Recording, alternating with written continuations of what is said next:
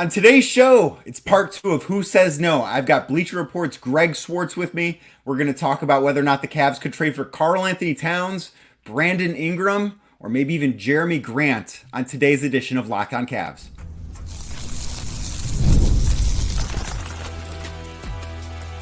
You are Locked On Cavs, your daily Cleveland Cavaliers podcast. Part of the Locked On Podcast Network, your team every day. Thanks for making Locked On Cavs your first listen every day. I'm Danny Cunningham. You can find the podcast, Apple, Spotify, wherever you get your podcast. Be sure to give us a 5-star review there. Drop a comment as well. Or you can watch the show on YouTube. Give us a like. Subscribe to the Locked On Cavs YouTube channel. We've got a lot of great stuff coming for you there. Free and available wherever you get your podcasts. YouTube as well, part of the Locked On Podcast Network, your team every day. Today's episode brought to you by Prize Picks. Download the app today and use code LOCKEDONNBA, that's LOCKEDON NBA, for your first deposit match of up to $100. Prize Picks, pick more, pick less. It's that easy. I'm Danny Cunningham. You know me from my time covering the Cavs at 92.3 The Fan, Cleveland Magazine, formerly ESPN Cleveland. I'm joined today by Greg Swartz of Bleacher Report. He's covered the NBA for a long time there. You can find him on Twitter at Greg Swartz BR. You can also pick up a Wine and Gold winner, the best moments of the Cleveland Cavaliers 2016 championship. He wrote it. You can find that on his Twitter. Be sure to go check that out. Yesterday's show, Greg, we put together a bunch of trades. Try to come up with who would say no between the Cavs and a couple of other teams. You know, we had LeBron on there. We had McCall Bridges on there. We had some really good trades. We've got 3 more to dive into today. You put together the trades for yesterday's show. I've put together the trades for today's show. So let's get started. This first one, we've got the Cavs receiving Brandon Ingram and Larry Nance Jr. So, we ended yesterday's show with a kid from Akron coming home. We're starting today's show with a different kid from Akron coming home. The Pelicans receive Jarrett Allen, Karis LeVert, and George Niang. I think that this is a deal that it helps solve the Cavs' problems on the wing. I don't think Brandon Ingram is, a perfect basketball player by any stretch of the imagination, but I think that he is certainly someone that is a little similar to the ways that we've talked about Darius Garland, where he's sort of in a buy low stage of his career. Now, the difference with Ingram is you're going to have to pay him pretty soon, and that's a big difference between him and Garland. But I think that this is a deal that could solve some of the Cavs' issues on the wing. Also, the Pelicans really could use a guy like Jarrett Allen. When you add together the rest of the pieces, it really makes this deal work financially. What did you think of this one when you first saw it? Yeah, I think Brandon Ingram is going to be a player that's going to be very available for the Pelicans. He seems like the obvious piece that they're going to move out and try to either get a point guard or a center. They got Trey Murphy III waiting to come in off the bench and be their new starting small forward. So I think that makes a lot of sense. Ingram's a guy I've liked as a potential fit for the Cavs even before they got Donovan Mitchell. I just like that he's got the size, he's got the scoring chops, he's become a better passer. You kind of brought up my main concern, and that's money, because He's got 1 year left on his deal. He's basically in the same boat as Donovan Mitchell, where he can sign a 4-year extension, but a max deal is going to cost you $209 million over 4 years. I don't think Ingram is a max player. It doesn't matter if I think he's a max player. I think he's going to think he's a max player. He's a guy he's only made one All-Star team, but he's, his offensive role, he's had to take a step back, with Zion and CJ and the other guys there. So I think it's a decent enough fit for the Cavs. Larry Nance Jr. is one of my favorite Cavaliers of all time. In 10 years of being a credentialed reporter, he's probably my favorite player to talk to. He's just super down to earth, great guy, gives back to the community, and he's very self-aware. He's funny. He's just a great locker room presence. So I would be thrilled to bring him back. I think he'd be happy now that he's a dad. He can raise his daughter in Northeast Ohio. So I think he'd be happy with that. For the Pelicans, Jarrett Allen is awesome, and I think they'd be happy to have him over Jonas Valanciunas, who's a free agent. My question is, do the Pelicans run into the same problem that the Cavs have in terms of spacing? Because if you think Evan Mobley doesn't shoot threes, Zion Williamson made 6 3-pointers all of last season. He was 6 of 18 in his 70 games and that number is not going up. I thought maybe after his rookie or sophomore year, maybe he'll start shooting threes. I think his first game in his career, he made like 3 or 4 threes. He hit 4. I remember he had 4 threes in that first game. Yeah, and everyone's like, "Oh wow, he can do this, and he's gonna like bully ball people at the rim." And then he's been incredible. It's been 4 years, and he hasn't shot since. So I think spacing wise, that could be an issue. Maybe he commits to it. I don't think he has a bad looking shot. Like, he can make them, but he just doesn't shoot them. So I think spacing could be an issue. But if you're New Orleans, boy, what a defensive upgrade getting Jared Allen over Jonas Valanciunas. Karis LeVert is the guy that obviously he could help him. He's going to come off the bench for him, gives him a little bit of salary relief. George Niang is the guy that gives them that spacing. Cavs have Larry Nance Jr. and Dean Wade that could space the floor for them. I like this. I just don't know that New Orleans says yes because of the spacing, and I would need to know what Ingram is going to sign for. If he's going to sign for $35 million a year, great. Sign me up. If he wants the full max and he wants $50 million a year, that's a lot and of you're money, paying man. Donovan $50, and you're paying. You still have Darius Garland in this trade, so you're paying. And you're going to sign Evan Mobley. Ooh. Like, you're looking at this where you could have 4, and I understand that Evan Mobley's max deal is a smaller one than the other 3. But you're looking at, or I guess not smaller than Darius. 40s, yeah, though. It's still going to be hot. You're looking at 4 guys on max deals for a team that has not made it out of the second round. Yeah. Money-wise, that scares me. I like the fit. I just don't know financially if it works for Cleveland, and I don't know spacing-wise if it works for the Pelicans. I do wonder if the spacing element for the Pelicans is different because, obviously Zion is a non-shooting, I guess big, you can call him, even though he's only, 6'7", he's a non-shooting big. But because he's such an explosive athlete and just the style of his game, I do wonder if that plays a little bit differently than it does with Jarrett and Evan in Cleveland. Like, I do wonder if those situations are different because Zion, when he is healthy, which is the caveat you have to throw in all the time with him. But I do wonder if because of that spacing equation is just a little bit different because of how bouncy he can be. Like, I think that's something to think about too as you look through this trade. That's a good point. And there's a lot of times that Zion will operate in a point guard role there. And Evan obviously does not operate in a point guard role in Cleveland. And there's a lot of times he will take guys off the dribble. So that's a good point. I just, having 2 non-shooters on the court, especially in today's NBA, scares me a little bit. Yeah, I absolutely 100% get that. And I think that's part of the reason why.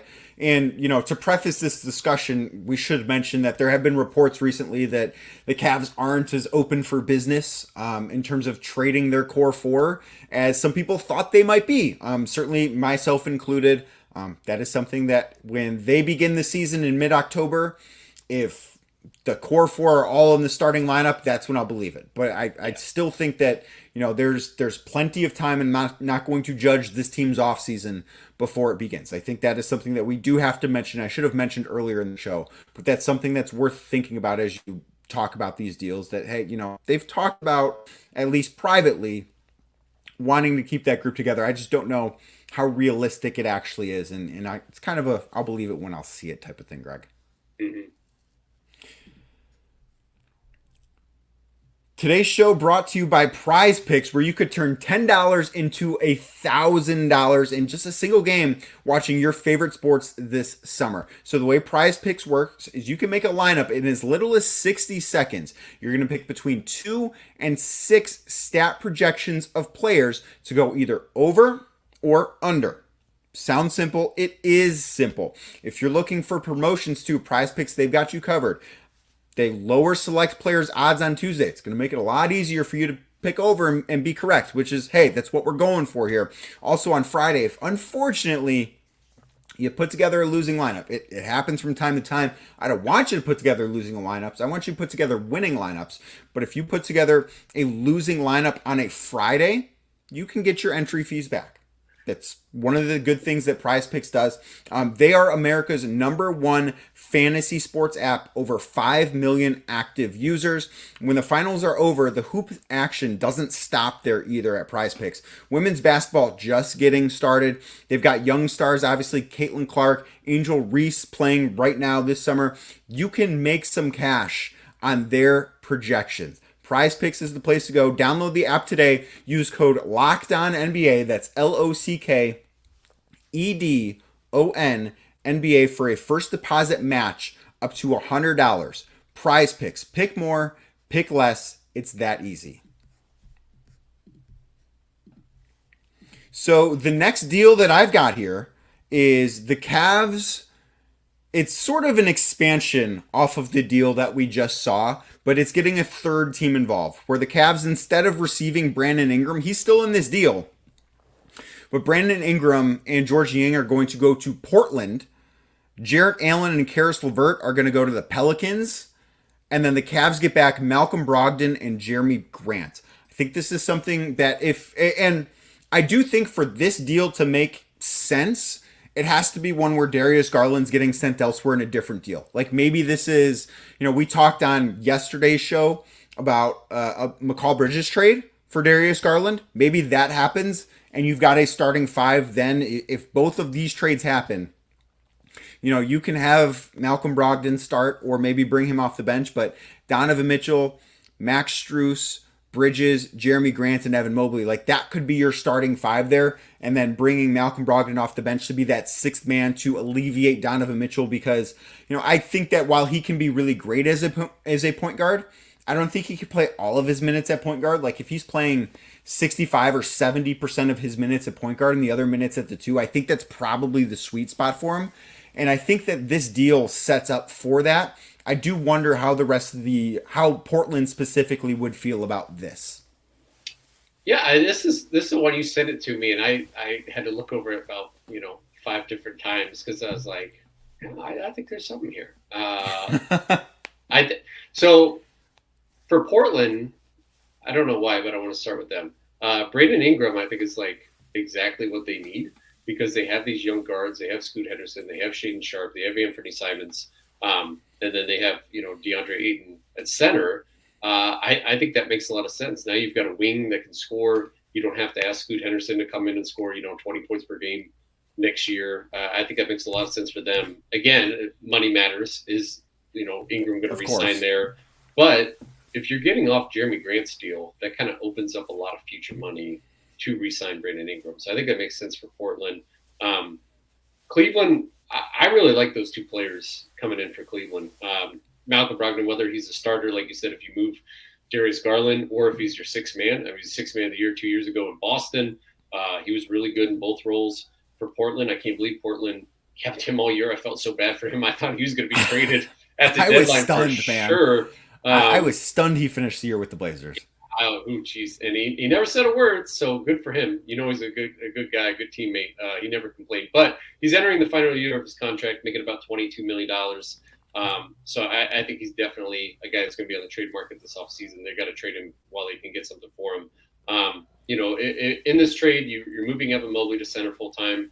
Jerami Grant's going to be your full-time four. I think he's a perfect full-time four. I remember talking to somebody in the Portland organization when they first got Jerami Grant, and they were just thrilled. With his defensive versatility, with his ability to shoot threes, he can be a 20-point per game scorer for you.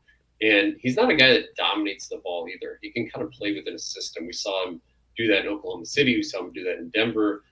He's just a really good high-level role player. He makes a lot of money. He does. He's not cheap. He's not cheap. Good for him. He got that bag right before Damian Lillard said, peace out, and left Portland. Right. Get that. Those 5 years, $160 million, the max I think that they could give him. So, you're going to pay him about $30 million a year going forward. It's not great, but it's not terrible, especially when you got guys that are going to be making, 60 and 70, in the next couple of years. So, I like this. I hate to give up Jarrett Allen. If you noticed in all of my trades, I didn't send Jarrett Allen out in any of them because Evan being a full-time five, I think is his future.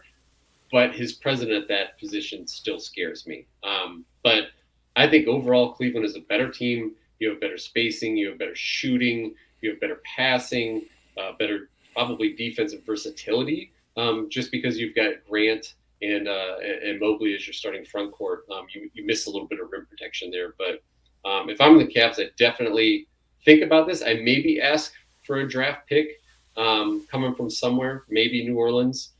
maybe Portland, just because I think that, Grant's contract is a lot. But just in terms of pure players and fit with the Cavs, I really like this deal. I do too. Jerami Grant, I've talked about on the show, is maybe not someone that moves the needle for me as much as he probably should for how good he is. I do wonder, and I think it's been a little difficult because of what Portland has been. I do wonder what he would look like where, he's been asked to be at times he's been asked to be in a lot of different roles in his career, right? Like you remember him leaving Denver to go to Detroit because he wanted to try and just be the guy, and that didn't work for him. But I wonder what is it going to look like if he's not even the number 2? Because I do think here in this situation, you could be looking at it where Evan Mobley is the number 2 option offensively, and Jerami Grant kind of plays that third option where he can be the go-to guy on some certain second units. I wonder how that would look in actuality. Yeah, especially if you want to be paying, $30 million to a guy that's averaging 12 points per game. Because right. that might be where he's at eventually if you keep Donovan, if you have Darius, if you have Evan taking to the next step. His scoring would definitely go down. The question is how much and would he still be worth that money? Because he is a two-way player. You're not just paying for him just for that offense, but he doesn't rebound well. He's not much of a passer, but he's the guy that can shoot threes, face up, defend multiple positions, and I think he's just a really good modern NBA player. So you mentioned something about Evan Mobley that I want to just dive into a little bit. But you talked about how you think his future's at the 5. What concerns you about him going into year 4, potentially, maybe not playing the 5 full time, but the way I mentioned with Donovan playing 65 to 70% of his minutes at point guard, what would concern you about Evan playing 65 or 70% of his minutes at center instead of power forward? His frame. His shoulders are about as wide as mine. I don't have wide shoulders. I'm not Danny Cunningham. I'm not, packed with I don't muscles. have wide shoulders either, man. So I'm not a former college football star like you. So that's fair. So I was a high school golfer, so I have more of a Mobley frame. So his frame scares me a little bit. I don't think he's ever, going to be a guy that's going to be able to put on a lot of muscle. We saw him have a couple injury concerns this year.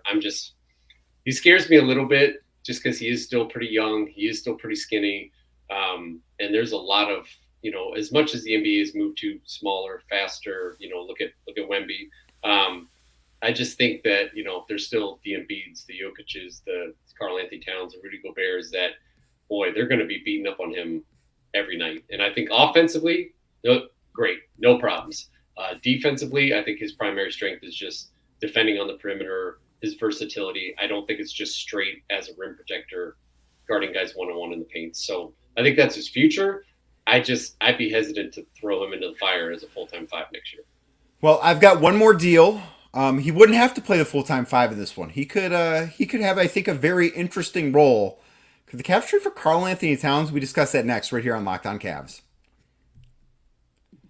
But when you're hiring for your small business, maybe you are a small business owner, you're looking for people, LinkedIn is the place to do that hiring. If you want quality professionals that are right for the role you're looking for, go to LinkedIn. You've got to check out LinkedIn Jobs. They've got the tools to help you find the right professionals for your team faster and for free. I've been at certain points in my career where I've been looking for jobs. You know where I go to look for jobs? I go to LinkedIn. I like to think I'm the type of person you should be looking for your business. So if you're looking for that type of person, well, I just told you I go to LinkedIn. So that means you should be searching for people on LinkedIn. It's not just another job board. They've got a vast network of more than 1 billion professionals. Billion with a B. That's a lot of professionals, and that makes it the best place to hire. Gives you access to professionals you cannot find anywhere else. LinkedIn does all of that while making the process very easy for you. Hiring is easy when you have that many quality candidates to pick from. So easy, in fact, that 86% of small businesses get a qualified candidate within 24 hours. Post your job for free at linkedin.com/LockedOnNBA. That's linkedin.com/LOCKEDON-NBA, and you can post your job for free. Terms and conditions do apply. So, Greg, the last trade we've got for you, the Cavaliers make a trade. This is going to be a 3-way trade with the Minnesota Timberwolves and the Atlanta Hawks. So the Cavs here would receive Karl-Anthony Towns, self-proclaimed greatest shooting big man of all time. Mike Conley Jr., DeAndre Hunter from the Hawks. The Wolves would get Darius Garland back, Karis LeVert, and a first-round pick. It's from the Hawks. It's a Sacramento pick. It is somewhat protected. And the Hawks here would receive Jarrett Allen. I think that this is a deal where if you have concerns about Evan Mobley playing the 5 full-time, I think that this could kind of be the best of both worlds because you've still got, while Karl Towns not the best defensive center that we've ever seen by any stretch of the imagination, is also not a small body, which is just worth bringing up here. I think that this, if you want to go all in on playing Donovan Mitchell at the point guard full time, I don't know a better offensive setup than having, yes, Evan Mobley. You can still play 2 bigs, but one of those bigs is a really, really good shooter from outside. I think that this could solve a ton of problems. And then you throw in DeAndre Hunter on the wing too. I think that this could do a ton for the Cavs, specifically offensively. All right, so I got a couple questions for you. What is the Hawks' plan at center moving forward? If they got Jared Allen, they still have Clint Capella for one more year. They have Onyeka Okongwu. Is this just like, okay, we know that Capella's going towards free agency and we're looking for a long-term deal, or what's their plan there? In this universe, I didn't look for another trade for Clint Capella, but in this universe, Capella would be traded elsewhere. I very quickly looked for a 4-team deal that sent Clint Capella to a different team, but I then realized, hey, this doesn't actually affect the Cavs. That's Atlanta's problem. If they want to trade for Jarrett Allen here and find a different place for Clint Capella to go play his basketball, they can do that on their own time. That's true. All right, good point. All right, well, I know you like Mike Conley because you're a huge Buckeyes fan. I know that about you. So you're probably excited to get a Buckeye in here. So yeah, I'm all supportive of that. So one of the exercises I did was I tried to identify bigs that would be good fits next to Evan Mobley. If Jared Allen isn't the guy moving forward, obviously you need a big that can shoot, but you also need a big that can play center at times if you need him to. And there's not many bigs like that. I mean, it's like Kristaps Porzingis is one. Boston's not trading him, even though he's hurt all the time. Karl-Anthony Towns is one of those guys. And so I think he fits positionally where you can mix and match him at the 4 or the 5, depending on, what team you're going up against. So I think that's a really good front court pairing. He likes to shoot a lot of threes. So that would, if Evan Mobley never wants to shoot a 3 again, he doesn't have to because Karl-Anthony Towns will shoot 20 a game. So that works. I love Mike Conley, probably because he and I are the same age, but also because, look at what he did to Minnesota. Ever since he got there, they just took off. And whatever team he's on, they win. And he doesn't have to score 20 points a game. He doesn't have to put up all-star numbers, but they just win. And I know he's nearing the end of his career. He's probably got a couple years left. His contract goes down about $9 million next year, which is fantastic. That kind of helps offset what you're paying Towns. And DeAndre Hunter, he's all right. I think, maybe he's more of a salary match guy in here. Sure. He makes about $22, $23 million a year. He did shoot over 38% from 3 last year. It was a career high. He's fine. He's fine. So he could be a starter. He could be a 6-man for you. My problem is, not problem. My concern is you're trading away 2 of your core 4. And if this doesn't work, you're in trouble. You need this to work because then, what's your next option? Trading Evan Mobley? And you don't want to do that. So Towns, I want you to tell me about Karl-Anthony Towns because you know him better than I do. You covered the Timberwolves. I do not view him as a supermax player. And he's starting a 4-year, $220 million contract. I hate that contract. I think that could be one of the worst contracts in all of basketball. It's going to hit $60 million at the It's end. incredible. It is incredible what he's getting paid. So you tell me, do you think he's somebody that could be worth that? Or is that just, trying to find a front court partner with Evan Mobley? I don't think he's ever going to be worth the money that he's getting paid. I don't. But that also, I don't think makes him a bad player, right? I think that there's a very wide margin because And this is one of the things that I sort of dislike about the NBA. And I'm not the biggest Karl-Anthony Towns fan in the world. I will say I think he's matured a lot since I was covering the Wolves and since I was there. Certainly, he's a tremendous talent. He's never really been able to put it all together. I think that there have been certainly some issues with him where he far too often can find himself whining with the refs. He commits a lot of really dumb fouls. He can play you out of a basketball game just as easy as he can hit 7 threes in a game and help you win it.